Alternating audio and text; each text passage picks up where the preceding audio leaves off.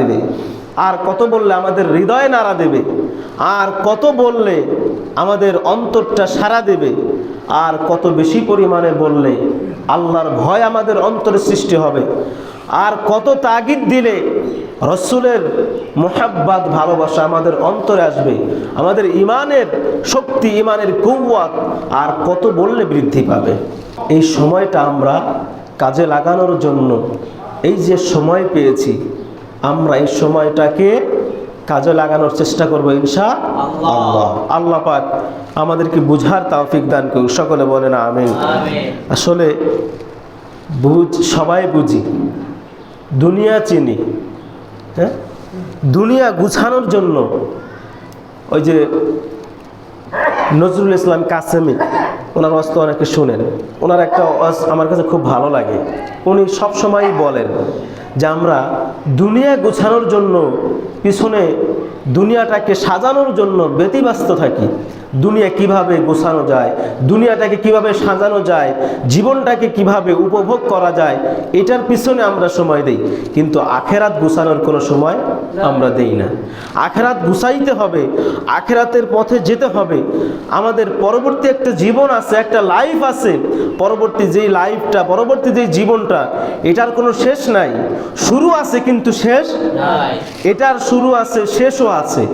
এই ক্ষণস্থায়ী সময় আপনি কিছুক্ষণ সময় পাবেন, অর্থাৎ আমরা মনে করতেছি 60 বছরের জিন্দেগি বিশাল বড় একটা সময়, খুব বেশি সময় নাকি? কিয়ামতের যে দিন আছে ওই দিনের তুলনায় এটা কি খুব বেশি সময়? আখেরাতের একদিন, কয়দিন? একদিন। এই জায়গার হাজার হাজার বছর, কত বছর? হাজার হাজার বছরের সময়।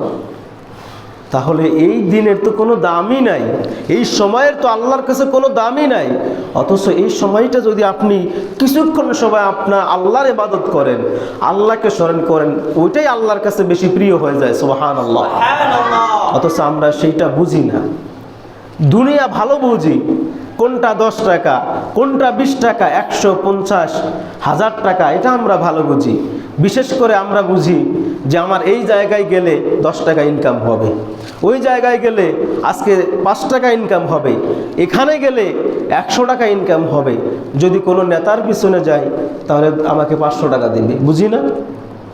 এটা সবই বুঝি, ভালো বুঝি, কিন্তু আল্লাহকে স্মরণ করলে, কিছু সময় স্মরণ করলে, ওই যে আপনি দুনিয়াতে 150 টাকা ইনকাম করলেন, এর চাইতেও বেশি আল্লাহ খুশি হয়ে যায়। সুবহানাল্লাহ। কিন্তু এটা আমি বুঝলাম না। এর চাইতেও বেশি আমল, এর চাইতেও বেশি নেকি, সওয়াব আল্লাহ পাক আপনার আমার আমল নামায় দিলেন, এটা আমরা বুঝলাম না। অথচ কিয়ামতের ময়দানে আল্লাহ পাক কোরআনের ভিতরে বলেন, আপনি যেই সন্তানের জন্য, আপনি যেই স্ত্রীর জন্য, আপনি যেই বাবার জন্য, যেই মার জন্য এত পরিশ্রম করতেছেন, এত টাকা, এত গাড়ি বাড়ি বিদেশ করে লক্ষ লক্ষ কোটি কোটি টাকা মালিক হলেন, কাদের জন্য? এই তো সন্তানের জন্য নাকি? এই সন্তান, এই স্ত্রী, এই বাবা, এই মা, এই আত্মীয় স্বজন, এদেরকেই দেখার জন্য, এদেরকে ভালো রাখার জন্য আপনি এত টাকা কামাই করলেন, আল্লাহকে ডাকলেন না, আল্লাহকে স্মরণ করলেন না, নবীকে মানলেন না, নবীর আদর্শ জীবনে, নবীর আদর্শ শরীরে সেট করলেন না, নবীর আদর্শ জীবনে অ্যাপ্লাই করলেন না। কাদের জন্য? শুধু এই সন্তানের জন্য, শুধু এই পরিবারের জন্য, শুধু দুনিয়ার মানুষের জন্য করে গেলেন। আল্লাহকে ডাকলেন না, ভাবলেন না, চিন্তা করলেন না, আল্লাহর কাজগুলো করলেন না। অথচ কোরআন বলে আপনি যখন মারা যাবেন, একটা নেকির জন্য সন্তানের কাছে যাবেন, সন্তান সেদিন বলবে আমি আপনাকে চিনি না। একটা নেকির জন্য আপনি আপনার স্ত্রীর কাছে যাবেন, স্ত্রী বলবে দুনিয়াতে আমার বিয়েই হয় নাই। একটা নেকির জন্য আপনি আপনার বাবার কাছে যাবেন, বাবা বলবে আমি দুনিয়াতে কোনো সন্তানই পয়দা দেই নাই। আপনি একটা নেকির জন্য আপনার মার কাছে যাবেন, আপনার মা বলবে যে দুনিয়াতে আমার কোনো সন্তানই ছিল না। এমন একটি সময়, একটা নেকির জন্য হায় হুতাশ। এই একটা নেকি হলে আপনি জান্নাত যেতে পারবেন, একটা নেকির কারণে আপনাকে এখন জাহান্নামে যেতে হচ্ছে। অথচ সেদিন এই একটা নেকি আপনাকে কেউ দিবে না। বাবাও বলবে আমি চিনি না, মাও বলবে আপনি চিনি না, তোমাকে চিনি না। যেই সন্তানের জন্য, যে আদরের ছেলের জন্য, যে আদরের মেয়ের জন্য আপনি এত কিছু করলেন, লক্ষ লক্ষ কোটি কোটি টাকা আপনার জীবন যৌবন সময় সব কিছু উৎসর্গ করে দিলেন বিদেশের জমিনে, সেই সন্তানও আপনাকে সেদিন চিনবে না, ভুলে যাবে। তাহলে আপনি কার জন্য করছেন? অথচ আল্লাহ রাসূল সাল্লাল্লাহু আলাইহি ওয়াসাল্লাম বলেন, সন্তান কাজে লাগবে না, বাবা মা কাজে লাগবে না, কিন্তু কাজে লাগবে কারা? নেক সন্তান। কি লাগবে? নেক সন্তান। কাজে লাগবে কোনটা? সদকায়ে জারিয়া। কাজে লাগবে কোনটা? দুনিয়াতে আপনি যে ভালো কাজ করে গেছেন, নিজের আমল নিজেকে গুছাতে হবে, নিজের আখিরাত নিজেকে গুছাতে হবে, তাহলেই কাল কিয়ামতের ময়দানে শান্তি পাওয়া যাবে। কথা বলেন, শান্তি পাওয়া। অতএব যদি আপনি এই কাজ না করেন, শান্তি পাওয়া যাবে না। সন্তানের জন্য করে যাবেন, বাবা মার জন্য করবেন, স্ত্রীর জন্য করবেন, লক্ষ লক্ষ টাকার মালিক বানায় দিয়ে যাবেন, কিন্তু এগুলো এক টাকাও কাজে আসবে না যদি আপনি নিজে আমল না করেন, সন্তানগুলোকে আমলের উপযুক্ত না করেন, কোনো কাজে। এটাই বলছিলাম যে আর কত বললে আমাদের বিবেক নাড়া দিবে, আর কত বললে আমাদের হৃদয়ের চক্ষুটা খুলবে, আর কত বললে আল্লাহর ভয় আমাদের অন্তরে, আমাদের কলিজায় ঢুকবে, আর কতবার তাকিদ দিলে রাসূলের ভালোবাসা, রাসূলের প্রেম, রাসূলের আদর্শ আমাদের জীবনে আসবে। আর বলতেও মন চায় না, কারণ জুমার দিন, সপ্তাহের একটা দিন আমরা একটু সময় দিব, সেই সময়টুকু দিতে পারি না। বারবারই আমি বলি যে আপনাদেরকে এই আধা ঘন্টার সময়, 30 মিনিট সময় কিছু মেসেজ দেওয়ার জন্য 3-4টা দিন রাত একাকার করে কিতাব গবেষণা করে আপনাদেরকে কিছু শোনাবো, আর আপনারা সেটা শোনার জন্য সেই সৌভাগ্য আপনাদের হয় না। কেমন কপাল পোড়া মুসলমান আমরা! আপনি চাইলেই তো নিজে পড়তে পারেন না, আপনি চাইলেও নিজে কোরআন খুলে দেখেন না, আপনি চাইলেও সকালবেলা 2টা আয়াতের অনুবাদ পড়েন না, আপনি চাইলেও একটা হাদিসের অনুবাদ পড়েন না। অথচ ইমাম সাহেব 2টা কোরআনের আয়াত থেকে, 2টা হাদিস থেকে আপনাদের কথা শোনাবে, সেই সময়টুকু আমাদের দেওয়ার মতো সেই সময় আমাদের হয় না। এজন্য প্রথমেই বলেছিলাম যে ছুটির দিন, জুমার দিন কিসের দিন? ছুটির দিন। এই ছুটির দিন মানে কি? এই যে জুমার সময় আসছে, আমরা আল্লাহর ঘর আসব, আল্লাহর মেহমান হয়ে কিছু কথা শুনবো, কিছু আমল শুনবো, কিছু আমল শিখবো, সেটা শিখে আমাদের জীবনে অ্যাপ্লাই করব। কিন্তু আমরা সেই সময়টা দেই না। যাই হোক, এগুলা বলতে গেলে এদিকেই সময় চলে যাবে। আজ পবিত্র জুমার দিন, এই দিনটা অতিবাহিত হলেই, অর্থাৎ মাগরিবের আজান হাইয়া আলাস সালাহ যখন আমাদের কানে ভেসে আসবে, ঠিক ওই সময় লাইলাতুন নিসফি মিন শাবানের রজনী পড়ে যাবে। সুবহানাল্লাহ। এই পবিত্র শবে বরাত, যেটা আমাদের পাক উপমহাদেশে যেই নামটা পরিচালিত, বা যেটা আমরা শুনে থাকি, বলে থাকি, এই শবে বরাতকে কেন্দ্র করে এখন আগে শুনতাম 2 শ্রেণী, এখন হচ্ছে 3 শ্রেণী। কয় শ্রেণী? 3 শ্রেণী। একটা হলো কারা? যারা খুব বেশি বাড়াবাড়ি করে, 2 নম্বর যারা সারাসারি, আর 3 নম্বর মধ্যম পন্থা। কয়টা? 3টা। তো বাড়াবাড়ি যারা করে মানে অতিরঞ্জিত করা, যেটা বাড়াবাড়ি হলো কোনটা? যেমন এই লাইলাতুন নিসফি মিন শাবানকে কেন্দ্র করে যুবক যারা আছে আতশবাজি করে না? এই যে যারা আছো, আমি বারবারই তোমাদেরকে বলছি, এরপরে আবারও বলতেছি, এই রাতটা হলো গুনাহ মাফের রাত। কিসের রাত? একটু ভালো করে শুনবেন। কিসের রাত? সবাই বলেন কিসের রাত? গুনাহ মাফের রাত। এই গুনাহ মাফের রজনীতে এখন যুবক যারা আছো, তোমরা যদি মনে করো যে আমরা তো সারা জীবন গুনাহ করছি, আজকে একটু আমল করে আল্লাহর কাছে তাওবা করে গুনাহ মাফ করে যাব, এখন এখানে আসবা, 2-4 রাকাত নামাজ পড়বা, আবার রাস্তায় যায় ওই যে ফটকাবাজি না কি বলে ওটারে, হ্যাঁ, ওইখানে যায় ফটকা ফুটাবা, বাজিমাত করবা। এই যে এখানে তুমি কিছু সময় দিলা, এটা গুনাহ মাফের রজনী, বিশেষ একটা রজনী। এই রাতটা তোমার উচিত ছিল ইবাদতে কাটানো, তো তুমি ওই যে একটা হারাম কাজ, ওটা কি কাজ? একেবারে খাস হারাম কাজ, এবং এটা কোনো মুমিন মুসলমানের সন্তানের কাজ করার কথা না। এটা আসছে ইহুদি খ্রিস্টান থেকে। কাদের থেকে? পশ্চিমা ওয়েস্ট, যারা ওয়েস্ট কালচার যারা ধারণ করে, এরা এই কাজগুলো করে। এখন তুমি মুসলমানের সন্তান, মুমিন মুসলমান, তোমার তো এই কাজ করার কথা না। তা আমাদের ভাই ব্রাদার সন্তান যারা আছে, আমরা চেষ্টা করবো এগুলো থেকে বিরত থাকার জন্য। তাহলে বাড়াবাড়ি কি? এই যে বাড়াবাড়ি, যে এই রাতটা আসলেই আতশবাজি করা, বন্দুক ফুটানো, এইটা করা সেইটা করা, মানে হারাম কাজের ভিতরে লিপ্ত হয়ে যাওয়া, এটা হলো বেশি বাড়াবাড়ি করা। এগুলা করার কারণে এখন আমাদের যারা আবার সারাসারি করে, সারাসারি কারা করে? যারা আমরা যাদেরকে জানি যে লামা সাহাবি বলে থাকি, আহলে হাদিস বলে থাকি, এরা একটু সারাসারি করে। কি করে? মানে ছেড়ে দেয়, আমল থেকে মানুষকে সরিয়ে দেয়। তারা নিজেরাও করে না, আবার যাদেরকে বলে যে কাজ করা যাবে না, এটা বেদাত, এটা হারাম কাজ, এটা বেদাতি কাজ, এটা বলে না? আমাদের মধ্যে আছে না নাই? আমাদের 7 গ্রামের মধ্যেও কিন্তু আছে, এমন লোক অনেক আছে। তো এরা করে সারাসারি, কিন্তু আমরা বাড়াবাড়িও করি না, সারাসারিও করি না। স্বয়ং আমার রাসূল সাল্লাল্লাহু আলাইহি ওয়াসাল্লাম সাহাবায়ে কিরামের মাধ্যমে এই শবে বরাত সম্পর্কে একজন না, দুইজন না, 18 জন সাহাবী রাদিয়াল্লাহু তাআলা আনহুম আজমাইন, তারা এই শবে বরাতকে সাপোর্ট করেছেন। বলেন সুবহানাল্লাহ। এটা তো 18 জন সাহাবী।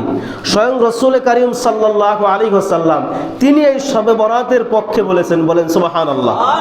সহিহ হাদিস আছে একাধিক, কয়েকটি সহিহ হাদিস আছে। এরপরে আমলের ক্ষেত্রে কয়েকটি হাদিস আছে যেগুলাকে দুর্বল বলা হয়েছে। এখন দুর্বল হলেই সেই হাদিস বাদ দেওয়ার কোনো সুযোগ নাই। বাদ দিতে হবে কোনটা? যেটাকে মাউজু, যেটা বানোয়াট হাদিস, অর্থাৎ আপনার আমার মতো মানুষ যারা বানিয়েছে, কিছু শব্দ ঢুকিয়ে দিয়েছে, দিয়ে কিছু হাদিস নতুনভাবে তৈরি করেছে, এটাকে বলা হয় মাউজু, বানোয়াট হাদিস।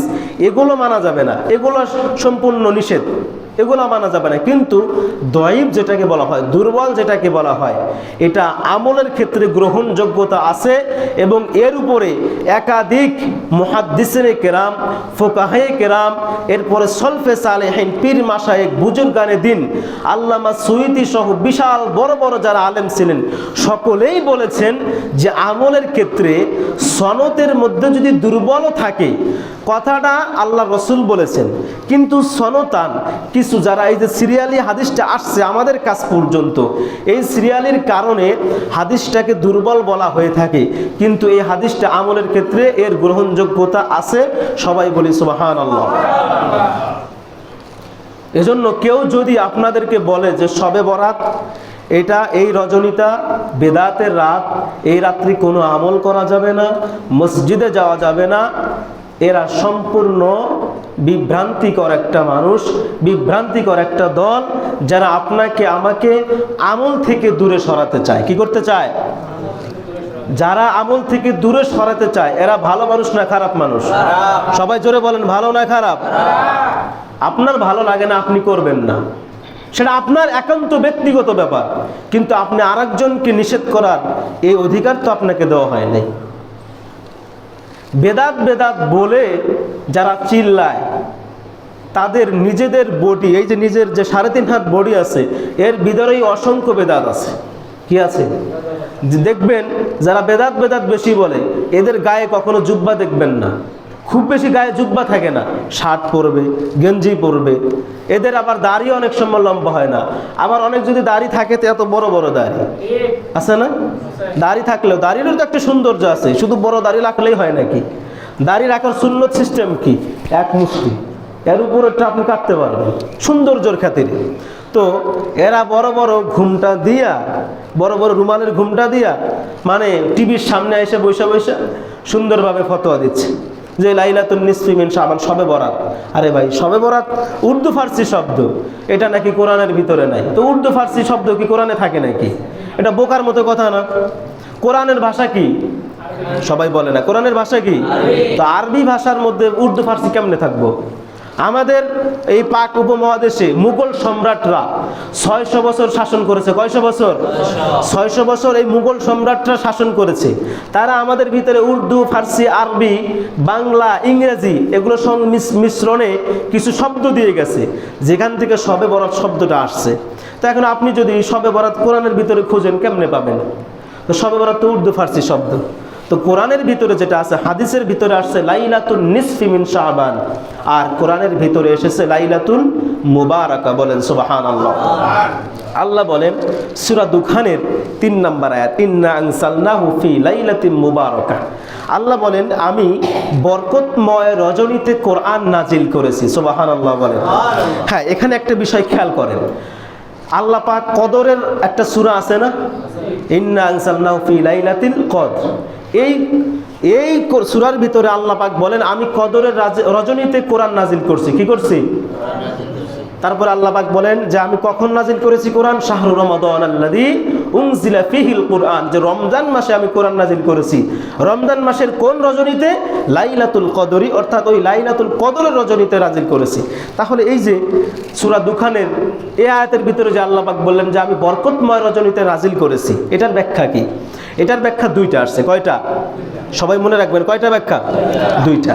1 নম্বর ব্যাখ্যা, মানে আপনার কিছু যারা কোরআনুল কারীমের তাফসির করে ওনাদেরকে তো মুফাসসির বলা হয়। তো মুফাসসিরদের ভিতরে কিন্তু ভাগ আছে। কেমন ভাগ?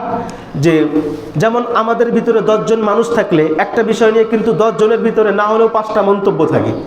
হ্যাঁ, থাকে না? উনি একটা মন্তব্য করবে, উনি একটা মন্তব্য করবে, অথবা যে যেটা বুঝবে, যার মেধায় যতটুকু ধরে সে কিন্তু সেই বিষয়টা ততটুকুই বলে। তো মুফাসসিরিনে কেরাম ওনাদের ভিতরেও এই লাইলাতুল মুবারাকা এটা নিয়ে ব্যাপক আলোচনা ছিল।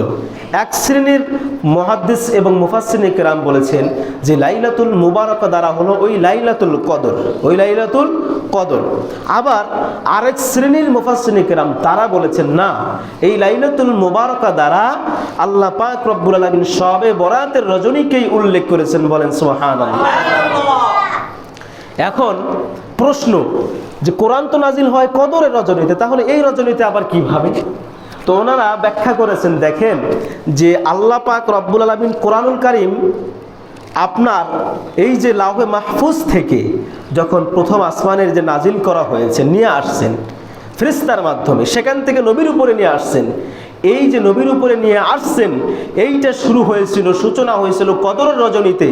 আর লাউহে মাহফুজ থেকে প্রথম আসমান এবং বিশেষ করে আল্লাহ পাক কোরআন যে নাজিল করবেন এই সিদ্ধান্ত যেই রজনীতে নিয়েছিলেন সেই রাত্রিটাই ছিল লাইলাতুল মুবারাকা, অর্থাৎ শবে বরাতের রজনী। বলেন সুবহানাল্লাহ।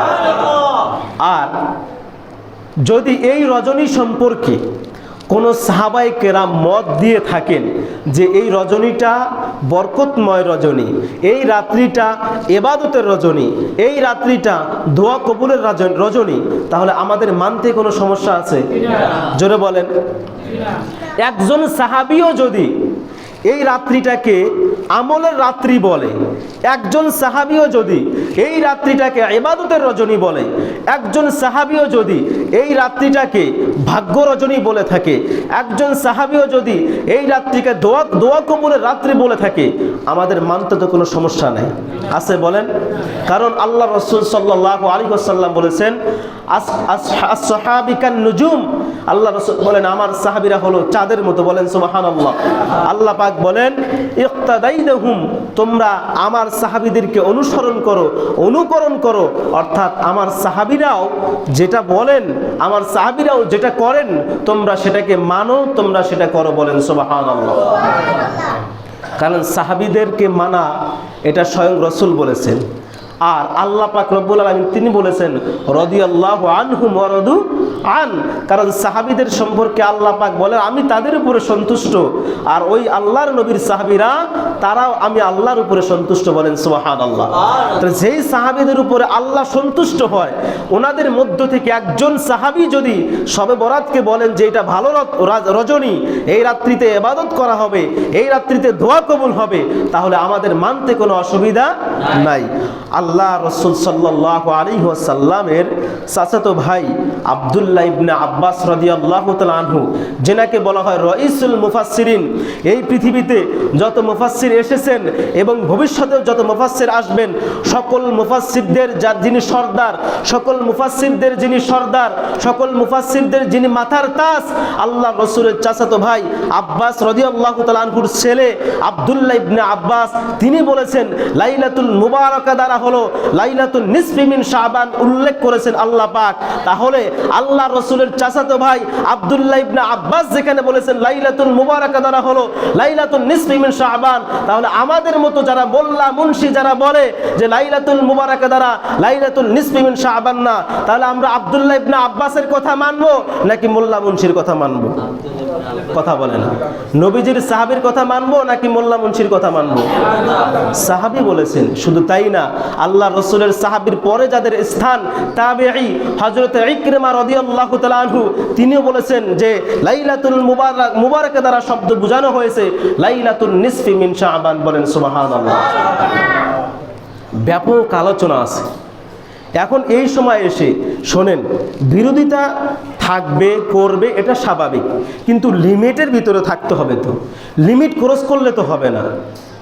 গত বছর একজন বলল, কি বলল, যে লাইলাতুল বরাতের রজনীতে অর্থাৎ শবে বরাতের রজনীতে মসজিদে যাওয়ার চাইতে বেশ্যাখানায় যাওয়া উত্তম। নাউজুবিল্লাহ বলেন। আচ্ছা, এটা কোনো বিবেকমান মানুষের কথা হতে পারে? এটা একজন আলেম মানুষের মুখ থেকে বের হতে পারে? আপনি এ রজনীতে মসজিদে আসলে কি সমস্যা? আপনি এখন অনেকে তো আপনার ঈশার নামাজ পড়তে আসবে, মাগরিব পড়তে আসবে, অনেকে তো তাহাজ্জুদও মসজিদে এসেও পড়ে, বারান্দায় পড়ে। আপনার যারা মক্কা শরীফে গেছেন, মদিনা শরীফে গেছেন, মক্কা মদিনায় তাহাজ্জুদের নামাজ পড়ে না রাত্রিবেলা? অনেকেই তো পড়ে। তো এখন আপনি এই রজনীতে তাহাজ্জুদের নামাজ পড়তে আসলেন, নফল নামাজ পড়তে আসলেন, কোরআন তেলাওয়াত করতে আসলেন, আপনি তাকে কিভাবে এই কথা বলতে পারেন? এর আগের বছর একজন বললেন যে এই লাইলাতুল নিসফি মিন শাবান শবে বরাতকে কেন্দ্র করে কেউ যদি একটি রোজা রাখে তাহলে এটাই নাকি জাহান্নামে যাওয়ার জন্য যথেষ্ট। এটা কোনো মানুষের কথা?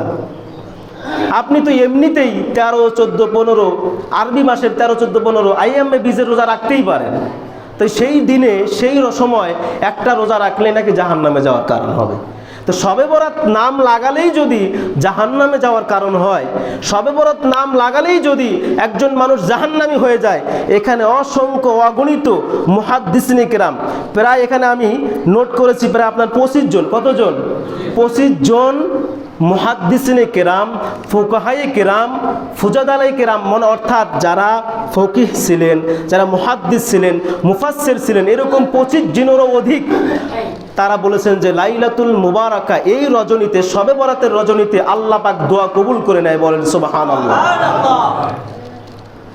তারা সকলেই বলেছেন যে এরকম 4টা রাত, কেউ বলেছেন 4 রাত, কেউ বলেছেন 5 রাত, আবার কেউ বলেছেন 3 রাত, আবার কেউ বলেছেন যে তারা যখন ক্ষমতায় ছিলেন তারা শুধু শবে বরাতের রজনী নিজেই পালন করতেন না, বরং রাষ্ট্রীয়ভাবে শবে বরাতকে পালন করার জন্য রাষ্ট্রীয়ভাবে রাষ্ট্রীয় কোষাগার থেকে তাদেরকে টাকা দেওয়া হতো, রাষ্ট্রীয়ভাবে টাকা দিয়ে বড়ভাবে উদযাপন করা হতো। বলেন সুবহানাল্লাহ। তাহলে আপনি কিভাবে এই রজনীটাকে বেদাত বলেন? আপনি কিভাবে এই রাত্রি ইবাদত করলে তাকে বেদাতই বলেন? আমার তো বুঝে আসে না। সুতরাং এই রাত্রিটাকে আমরা উদযাপন করব। আল্লাহ রাসূল সাল্লাল্লাহু আলাইহি ওয়াসাল্লাম অনেক, দেখেন ইবনে মাজাতে আছে, তিরমিজিতে আছে, ইমাম বাইহাকি তিনি শুআবুল ঈমানে বলেছেন, এরকম একাধিক কিতাব, প্রায় 40টার উপরের কিতাবের ভিতরে আপনার কুমু লাইলাহা ওয়াসুমু নাহারহা, এই হাদিসটি আলী রাদিয়াল্লাহু তাআলা আনহু বর্ণনা করেছেন। এই হাদিসটি একেবারে সহিহ হাদিস, যে লাইলাতুন নিসফি, রাসূল বলেন ইজা কানাত লাইলাতুন নিসফি মিন শাবান, যখন লাইলাতুন নিসফি মিন শাবানের রজনী আসে, কুমু লাইলাহা, অর্থাৎ রাতভর তোমরা দাঁড়িয়ে দাঁড়িয়ে ইবাদত করো, অসুমু নাহারহা, দিনের বেলায় তোমরা রোজা রাখো। সুবহানাল্লাহ বলেন। এই হাদিসটা একেবারে সহিহ হাদিস, এবং আমরা যারা আহলে হাদিসের মতাদর্শী যারা বা যারা করে থাকি, আহলে হাদিসের সবচেয়ে বড় যে ইমাম ইবনে তাইমিয়া, তিনি তার সিলসিলাতুল আহাদিস এই কিতাবের ভিতরে তিনি বলছেন যে 8টা হাদিস আছে শবে বরাত সম্পর্কে একেবারে সহিহ হাদিস। সুবহানাল্লাহ বলেন। আমরা যদি আহলে হাদিস মেনেও থাকি, আমরা যদি আহলে হাদিস করেও থাকি, তো আমাদের গুরুকে আমরা মানব না? কথা বলে না। আমাদের যিনি গুরু, আমাদের যিনি শায়েখ, বড় শায়েখ যিনি, ইবনে তাইমিয়ার উপরে কিন্তু আর কোনো শায়েখ নাই। তো তিনি স্বয়ং বলেছেন যে 8টা সহিহ হাদিস আছে, যেই হাদিসগুলো একেবারে নির্ভুল সহিহ হাদিস শবে বরাত সম্পর্কে, তাহলে আপনি তাকে কেন মানছেন না? এরপরে তিনি বলছেন যে কুমু লাইলাহা ওয়াসুমু নাহারাহা, এটা একদম সহিহ হাদিস। এর যতগুলো আপনার সনদান যত বর্ণনাকারী আছে সকলেই সিকাহ, সকলেই উত্তম, সকলেই ভালো মানুষ ছিলেন। সুবহানাল্লাহি ওয়া বিহামদিহি। তাহলে আমরা কেন মানব না? সুতরাং আমরা যারা এই লাইলাতুন নিসফি মিন শাবানের রজনীতে মানুষকে বলি যে ইবাদত করতে যাওয়া যাবে না, রোজা রাখা যাবে না, ভাই দয়া করে এসব করবেন না। আপনি করেন না, সেটা আপনার ব্যক্তিগত ব্যাপার, কিন্তু আমাদের ভিতরে যদিও আমরা কেউ থেকে থাকি, দয়া করে আমরা এগুলা করব না। এবং অনেক আমাদের সাতগ্রামের ভিতরে অনেকেই আছে শুনছি যে নাকি লাইলাতুন নিসফি মিন শাবান শবে বরাত আসলেই তারা একটু ফতোয়াবাজি করে। ভাই এগুলো করবেন না, কি দরকার আছে এগুলো করার? আপনি আপনার ইবাদত করেন, আপনি আপনারটা করেন, আল্লাহকে স্মরণ করবেন, আল্লাহর জিকির করবেন, নবীর উপরে দরুদ পড়েন। কি আমল করবেন এই রজনীতে? দরুদ শরীফ পড়েন, জিকির আজকার করেন, নামাজ পড়েন, কোরআন তেলাওয়াত করেন, আর দুটি চোখের পানি ফেলে আমাদের পূর্বপুরুষ চলে গেছে তাদের জন্য আমরা একটু দুহাত তুলে আল্লাহর কাছে মাপ চাইব। আমরা এই হাদিস তো সকলেই জানি। আম্মা জান আয়েশা রাদিয়াল্লাহু তাআলা আনহা দেখলেন যে তার পাশে নবীজি সাল্লাল্লাহু আলাইহি ওয়াসাল্লাম নাই। তিনি ঘর থেকে বের হলেন, তিনি ভাবলেন নবীজি কোথায় গেছে। নবীজিকে খুঁজতে গেলেন, খুঁজতে খুঁজতে দেখলেন যে আল্লাহ রাসূল সাল্লাল্লাহু আলাইহি ওয়াসাল্লাম জান্নাতুল বাকিতে তিনি সেখানে দোয়া করতেছে। বলেন সুবহানাল্লাহ। তিনি আল্লাহ রাসূলকে বললেন, ইয়া রাসূলুল্লাহ, ইয়া হাবিবাল্লাহ সাল্লাল্লাহু আলাইহি ওয়াসাল্লাম, আমি ভাবছি যে আপনি হয়তো বা কোনো বিবির কাছে চলে গেছেন, এই জন্য আমি আপনাকে আমার পাশে না পেয়ে একটু পেরেশানি হয়ে গেলাম যে কোথায় গেলেন, কিন্তু কোনো বিবির ঘরে দেখলাম না, আমি দেখলাম আপনি এখানে, আপনি কেন এখানে? তিনি বললেন, তুমি কি জানো না আজকে লাইলাতুন নিসফি মিন শাবান, এই রজনীতে যদি কোনো মানুষ আল্লাহ পাক রব্বুল আলামিনের কাছে মাপ চায়, আল্লাহ পাক রব্বুল আলামিন তাকে মাপ করে দেয়। শুধু তাই না, এই রজনীতে বনি কালব গোত্রের যে মেষ আছে, এই মেষের গায়ে যত পশম আছে তাদের সেই পশম সমপরিমাণ মানুষকে আল্লাহ পাক মাপ করে দেয়। বলেন সুবহানাল্লাহ। এটা একদম নির্ভুল সহিহ হাদিস, ইবনে মাজার হাদিস, তিরমিজির হাদিস। আপনি কি অস্বীকার করতে পারবেন? তাহলে আপনি কেন এটার বিরোধিতা করেন?